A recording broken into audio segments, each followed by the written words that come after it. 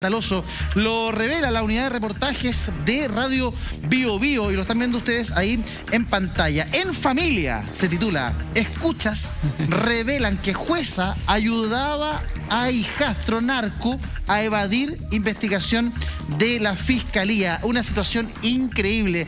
Se metía a la carpeta investigativa y le avisaba al padre de esta persona, un narcotraficante apodado El Matanga, qué es lo que estaba haciendo la fiscalía, y eso hacía que él pudiese evadir la justicia. Quienes escribe este reportaje son los periodistas Jorge Molina, Daniela Forero Ortiz y Nicolás Espinosa, todos de Radio Bio Bio. Tomamos contacto con uno de los autores, Jorge Molina. Muy buenas tardes, Jorge, ¿cómo estás? Hola, ¿cómo están? Buenas tardes. Gracias por este contacto, para que nos puedas contextualizar bien cuán profundo ha penetrado el narcotráfico, esta vez en la justicia. ¿Dónde sucede toda esta historia y cómo se da la situación que investiga la Fiscalía del lugar? Mira, el Ministerio Público de Coyhaique venía investigando a una organización criminal dedicada al tráfico de drogas desde 2019, ¿ya? Una de tantas, ¿eh?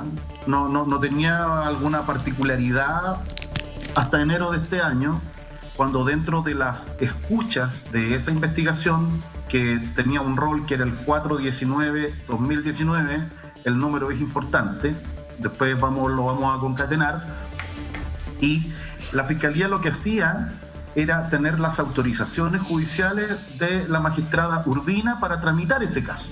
Pero en enero de este año, en las escuchas telefónicas que está haciendo la PDI, habla El Matanga. Y el Matanga es el hijo de su marido, es decir, bien digo, el hijo de su marido y su hijastro, al fin del día. Entonces, lo que hace el Ministerio Público, le surgen algunas sospechas, porque efectivamente es el hijo. Entonces, para evitar suspicacia, al menos hasta ese momento, la Fiscalía concurre al tribunal y habla con otro juez. ¿Ya? Y le dice: mire, me apareció este joven acá, entonces lo quiero intervenir. Quiero intervenir su teléfono para seguir investigando y ver cuál es el grado de participación que él tiene en la organización y saber cuánta droga está moviendo.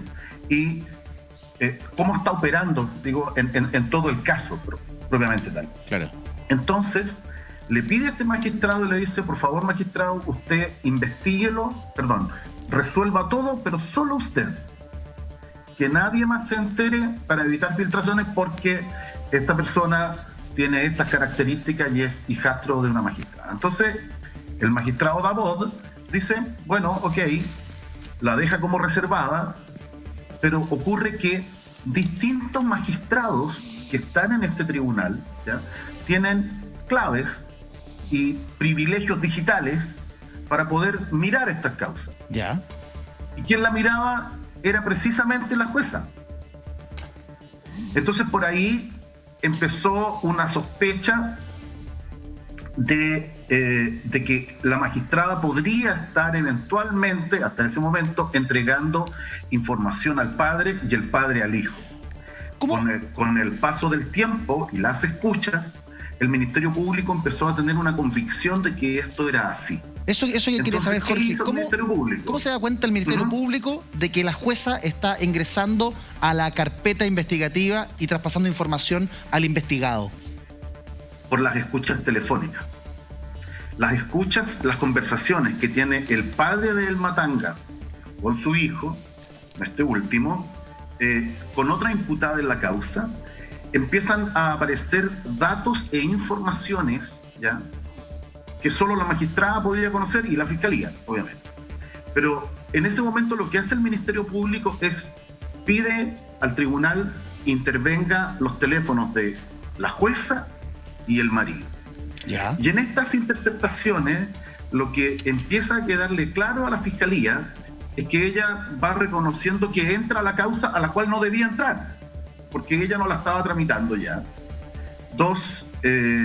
Estaba, secreta. Sí, en buen chileno digo, estaba absolutamente inhabilitada. Claro. De hecho, un detalle, o sea, en el 2020, si la memoria no me falla, ella había participado en un juicio abreviado donde habían sancionado a su hijastro en el tribunal por un hurto, una cosa menor, ¿no? Entonces pareciera ser que aquí, bueno, como escribimos en la nota de la unidad de investigación de Radio Bio Bio, en familia. ¿Qué en familia? Sí. Ahora, ella está suspendida ahora, sí, la magistrada, y la Corte tiene que analizar si le quita el fuero judicial, fundamentalmente, para que el Ministerio Público la formalice por dos cosas: revelación de secreto, pero no es cualquier revelación de secreto, es revelación de secreto en el marco de una investigación por ley de drogas, ley 20.000. Por extensión, prevaricación. Sí. Es que esta es sin duda la noticia del día, Jorge. Increíble. Felicitaciones por el trabajo que hicieron, como siempre, en la unidad investigativa de Radio Bio Bio. De verdad, es la noticia, es el escándalo del día, porque cuando pensamos que lo habíamos visto todo, vemos esta jueza, madrastra de una persona vinculada al narcotráfico, que le traspasaba información absolutamente secreta a su pareja, a su marido, que era el padre de esta persona apodada Matanga. Lo que a mí me llama la atención es que ustedes bien describen también que al inicio quien tramitaba esta investigación era la misma jueza. Es que, ¿qué te puedo decir? Si es lo llamativo, y lo llamativo de esto son los cruces, ¿no? Es que claro. Me estoy poniendo en la escena de los investigadores, ¿no? Y que habla esta persona, y esto es en enero de este año. Claro. Y de pronto, ¡boom! O sea, todo empezó a correr la bola de nieve, ¿no? Y en pocos meses el Ministerio Público tenía más o menos ya armado la vinculación que había en cómo el Matanga obtenía información. Y la única que tenía esa información era su madrastra. Y eso es lo que cree el Ministerio Público. O sea, el Ministerio Público pocas veces... Yo ya llevo algunos años en este rubro del periodismo tribunales. Pocas veces ha presentado una querella de capítulo con su juez. O sea, es muy poco común. Es excepcional en el fondo, y así se entiende también la gravedad de que esto reviste en una causa de narcotráfico. Tú te leíste todos los antecedentes, Claudio, estás con nosotros, estás con los antecedentes ahí, efectivamente, nosotros. Sí. Esto reviste de una gravedad digna de lo que sucedió en Rancagua, o sea, es como de ese estilo. Sí, la verdad es que los antecedentes que se exponen por el Ministerio Público en la querella de capítulo son realmente de teleserie. No, de hecho, cuando lo estaba leyendo la querella parecía una novela policíaca, así que estaba súper entretenida. Y de la misma forma se la voy a intentar con todo el señor. Es que sabéis que la jueza se lo merece de todas formas, pero te voy a hacer caso. Mira, a ver, todo parte, básicamente esto, efectivamente, ya todos entienden que había una jueza que tenía una relación de parentesco con una persona que estaba vinculada al narcotráfico. En el año 2018 se inicia la típica denuncia por ley 20.000, hay unos gallos que están traficando. Esta denuncia llega a esta jueza. Y esta jueza es la primera que instruye las diligencias investigativas, es la primera que en definitiva al Ministerio Público le solicita las primeras diligencias, por ejemplo, de intrusivas, que era de pinchar los teléfonos. O sea, ella autorizaba la investigación. En 2019 ella parte en esta investigación. Y de pronto, ¿y sabes por qué está? Es jueza garantía. Y jueza garantía de Coyhaique. En Coyhaique, por si acaso, hay 2 magistrados nada más. Está ella y está el otro magistrado, el de Boya. Lo importante en este caso es que primero como les voy a contar la historia, esta jueza era tan especial, le vamos a poner para que después no me rete la mano, de que tenía contacto directo, por ejemplo, con la Defensoría Penal Pública para hacer ciertas cosas. Y tenía una íntima enemistad con el Ministerio Público. De hecho, en las interceptaciones telefónicas trata a la fiscal de tontorrona, esta tonta, porque se da cuenta que la fiscal es la que está apretando. Una nota aparte de todo esto, gran trabajo de la Fiscalía ya de Coyhaique, los tipos se pasaron, lo hicieron súper bien, porque es súper difícil cuando que por ley tú tienes que pedirle toda la autorización al juez de garantía y te das cuenta que el juez está atornillando para el otro lado, poder hacer toda una investigación y poder pedirle al otro juez que te abriera una ventana para poder investigar. ¿Qué fue lo que pasó?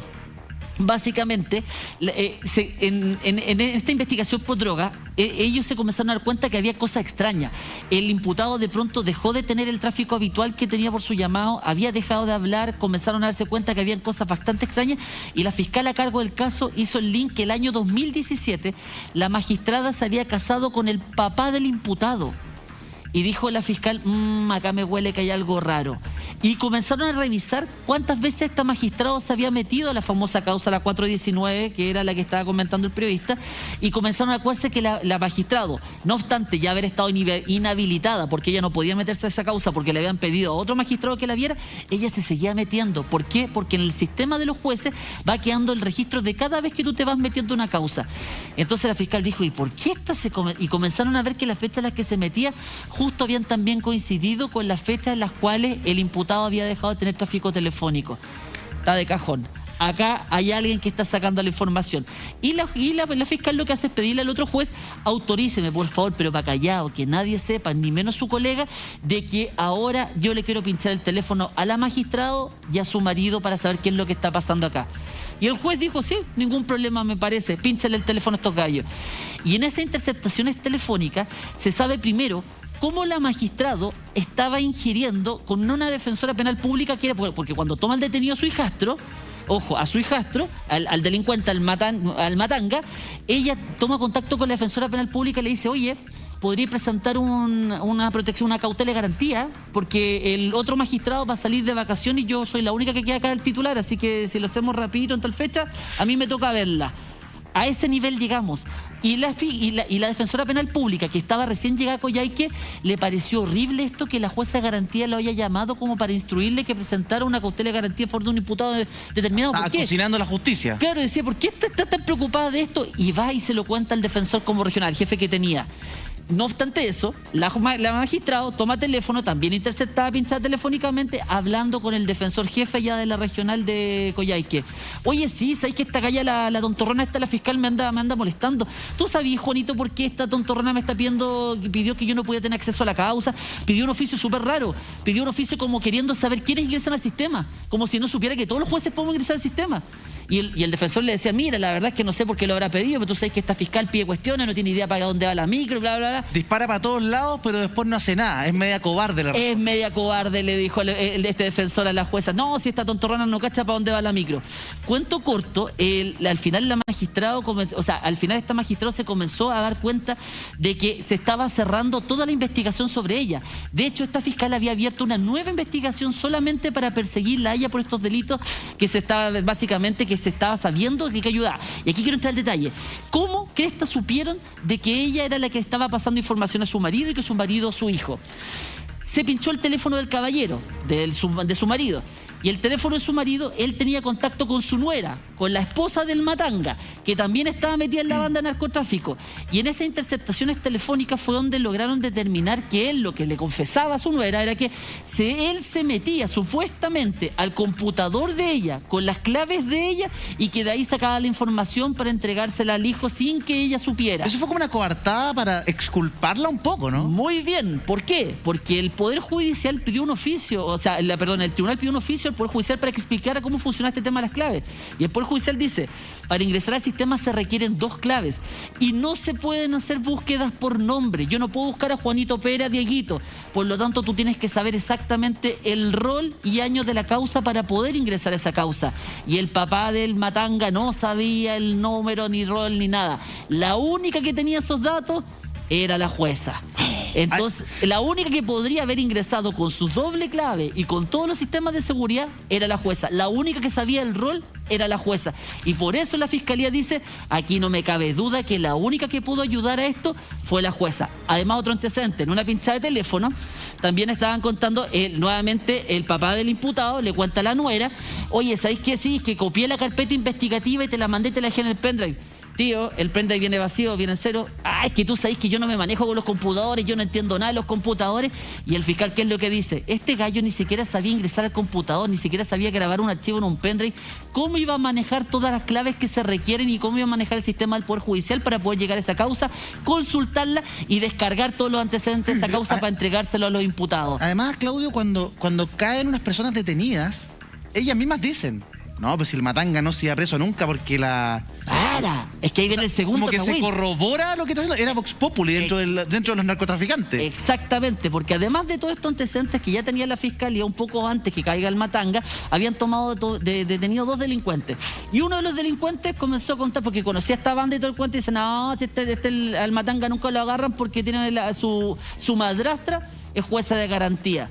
Y el fiscal le llega esta declaración al fiscal, el fiscal la incorpora dentro de la carpeta investigativa y después otro delincuente que sabía que tenía vinculación con el matanga, ese sí declara expresamente a solicitud del fiscal y dice, sí, a mí me consta que el matanga tiene información privilegiada, él sabía cuando nos tenían pinchados los teléfonos y tanto es así que tienen grabaciones, antes que supiera el matanga, donde el matanga les avisaba a sus secuaces, oye, los guaguayes están todos pinchados, así que bótenlo, y cambiaban teléfonos cada 10 días o a veces un día les duraban los teléfonos y los botaban.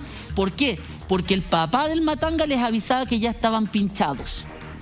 ¿Cómo sabían que habían pinchado ese número telefónico? ¿Cómo sabían que habían tenido una orden sobre ese número telefónico? La única explicación lógica es que la jueza se metía siempre a revisar la famosa causa, la 419. Y por eso, como siempre la estaba revisando, tenía la actualización automática y le iba contando todo a su marido o directamente al matanga. Jorge nos contaba que la jueza actualmente se encuentra suspendida de sus funciones. ¿Cuál es el castigo para alguien que utiliza la justicia y su posición como jueza garantía? Nos falta una patita de la cueca que Jorge también la contó un poquito, que fue importante. El 28 de enero del 2020, efectivamente, aparte del matanga, aparte de ser traficante, también cayó por un hurto falta. Y adivinen a qué juzgado de garantía fue a parar. Al juzgado de garantía de Coyhaique. Y adivinen qué le tocó de jueza, su madrastra. Y ella no dijo nada, no se Ella se quedó calleu que el loro, no le contó a nadie y lo condenó a una UTM por el hurto falta simplemente y lo sacó rapidito de la causa. Y ahí por eso que tenemos la causa de prevaricación en contra también de ella. Es porque ella se debía haber, ¿cómo se llama? Implicado y haber dicho, yo no puedo fallar esta causa porque este gallo es mi hijastro, ¿cachai? Y por eso sería haber salido ese juicio. En ese sentido es que ella dice, el Ministerio Público le está imputando el delito de prevaricación, además de todo lo que tiene que ver con el delito de revelación de secreto en contexto de tráfico ilícito de la ley 20.000. Lo que estamos hablando es un escándalo de proporciones, así lo entienden todos los superiores, dicen que esta situación es realmente insólita, porque, o sea, que una jueza ayude supuestamente a su hijastro, dándole la información de qué teléfonos están pinchados, de cómo va la investigación, es realmente escandaloso, diputado. A ver, yo tal vez quiero ser un poco contrafactual para provocar un poquito el debate. Yo creo que es altamente probable que una madre respecto a su hijo haga todo lo que sea por defenderlo y más allá de la ley, incluso faltando principios del punto de vista ético. Y eso es parte de la naturaleza humana y de la condición humana. No, su hijo, bueno, primero, parte de la base que no es su hijo. Bueno, hay gente que entiende que el amor y el cariño es lo mismo, pero a lo que voy yo... Pero se casó el 2017 recién. Bueno, el hijastro, pero a lo que voy yo, más allá del tema de la relación de parentesco directo, es que tenemos un sistema que es muy feble porque hay que ponerse, en el caso de jueces con estricto apego ético o virtud republicana, lo mismo que parlamentarios, como en el peor de los mundos, como que personas terminan violando efectivamente la ley.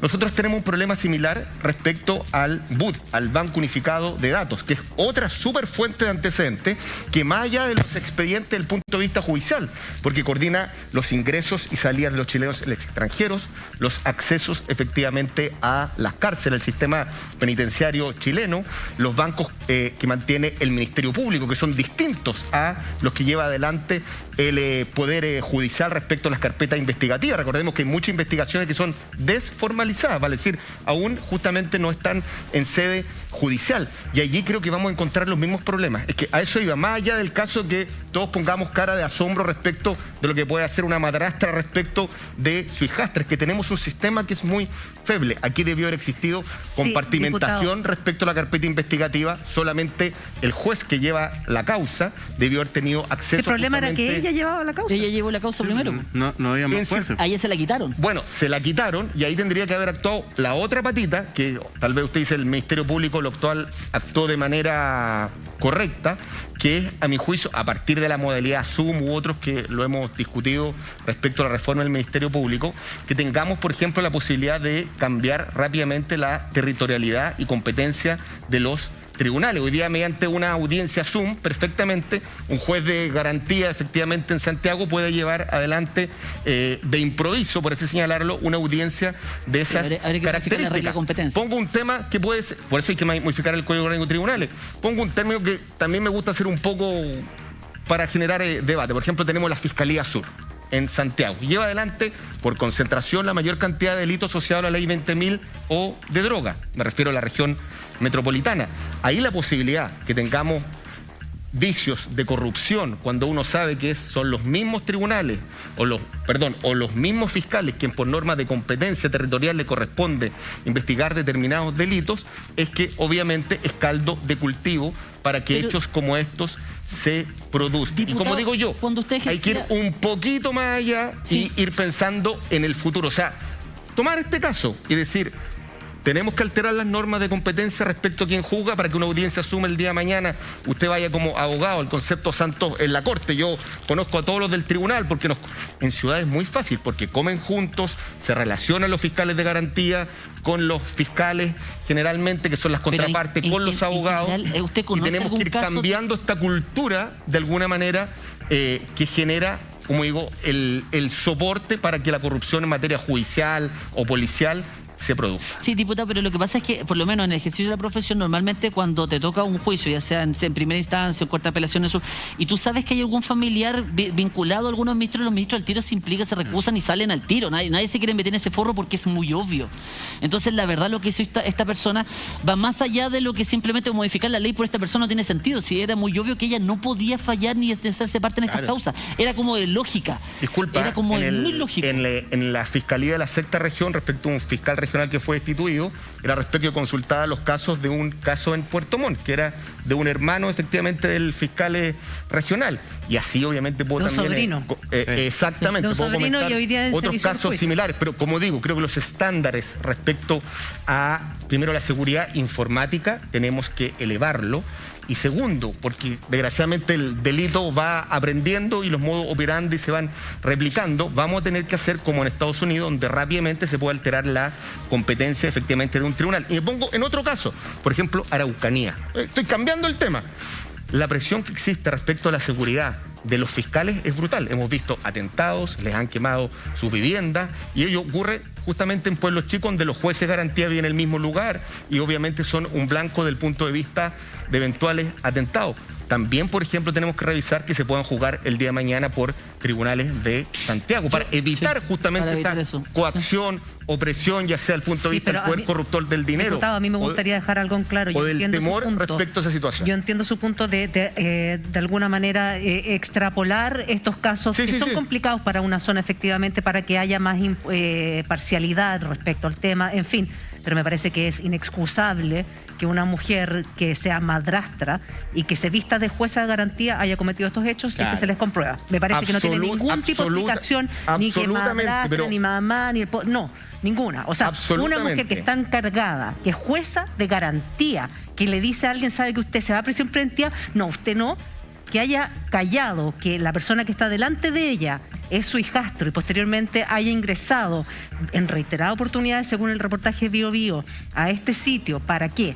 Para darle a conocer a su hijo, sabiendo, me imagino, a su hijastro, sabiendo, me imagino, lo que se dedicaba, porque no es que ella pensaba que era una blanca paloma y porque lo estaban investigando, que el teléfono estaba pinchado, que esto y que lo otro, me parece escandaloso, me parece de la máxima gravedad que elementos así, pero tuvo acceso a las claves.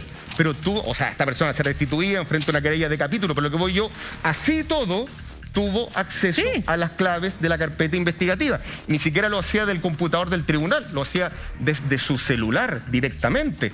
Entonces, voy yo. Aquí hay que ponerse en todos los casos y hay que partir, a veces dice, la buena fe se presume, aquí también hay que presumir la mala fe. Y por eso que te digo que tenemos un sistema informático feble y también debiésemos buscar alternativas para alterar la competencia, por ejemplo, de un juez de garantía. Para evitar esto que sea a veces en los mismos lugares, en en las mismas regiones donde todos se conocen. El tema de la familiaridad es muy fácil acreditar, pero yo voy incluso cuando es más difícil, cuando son los amigos que se juntan en un mismo lugar, cuando uno ve como coincidencia de los abogados de la causa con los jueces, en fin, uno puede generar parece, diputado, cuando los fiscales se juntan a tomar cafecito con los senadores, también. Parece que el sistema descansa mucho en las personas y lamentablemente hoy día parece que el factor humano es el que está fallando cada vez más. A mí me preocupa, ¿sabes por qué, Carlos? Porque estas cosas que estamos viendo, lo de la región de O'Higgins, esto ahora en la región de Aysén, es muy similar a lo que vimos en otras instituciones hace 5 o 10 años atrás, que uno empezó a ver los famosos hechos aislados. No, esta cuestión, no, pero un hecho aislado. Y aquí se me van a enojar todo en el Poder Judicial, pero lamentablemente uno empieza a ver focos, uno empieza a ver cosas, uno dice, aquí ya se les metieron por acá, se les metieron por allá. ¿Cómo sabemos, cómo hacemos, cómo se defiende el sistema ante estos hechos, comillas, aislados, para que no nos demos cuenta en 5 años más, en 10 años más, de que el Poder Judicial está tomado por el narcotráfico? Sí, tú lo acabas de decir. En este caso, si analizamos lo que estamos viendo, lo que muy bien hizo la radio Bio Bio, el narcotráfico se tomó el Poder Judicial. Así de simple. Hay una jueza corrupta que hizo oídos sordos a su juramento y prefirió ayudar a un narcotraficante. Da lo mismo quien sea, ella ayudó a un narcotraficante.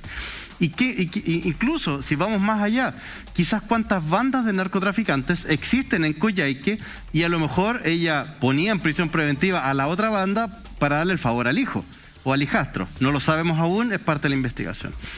¿Qué es lo que ocurre? Le encuentro en parte razón al diputado. Yo creo que nos faltan muchos sistemas de control como país. ¿En qué sentido? De que todos los jueces de garantía, o jueces, da lo mismo, generales, pónganle el nombre que sea, las autoridades, debe saltar una alarma, por ejemplo, si hay algún familiar directo conectado con algún tipo de delito. Por ejemplo, si es, no sé, ¿quién es la autoridad superior de los jueces de garantía? Es la Corte de Apelaciones respectiva.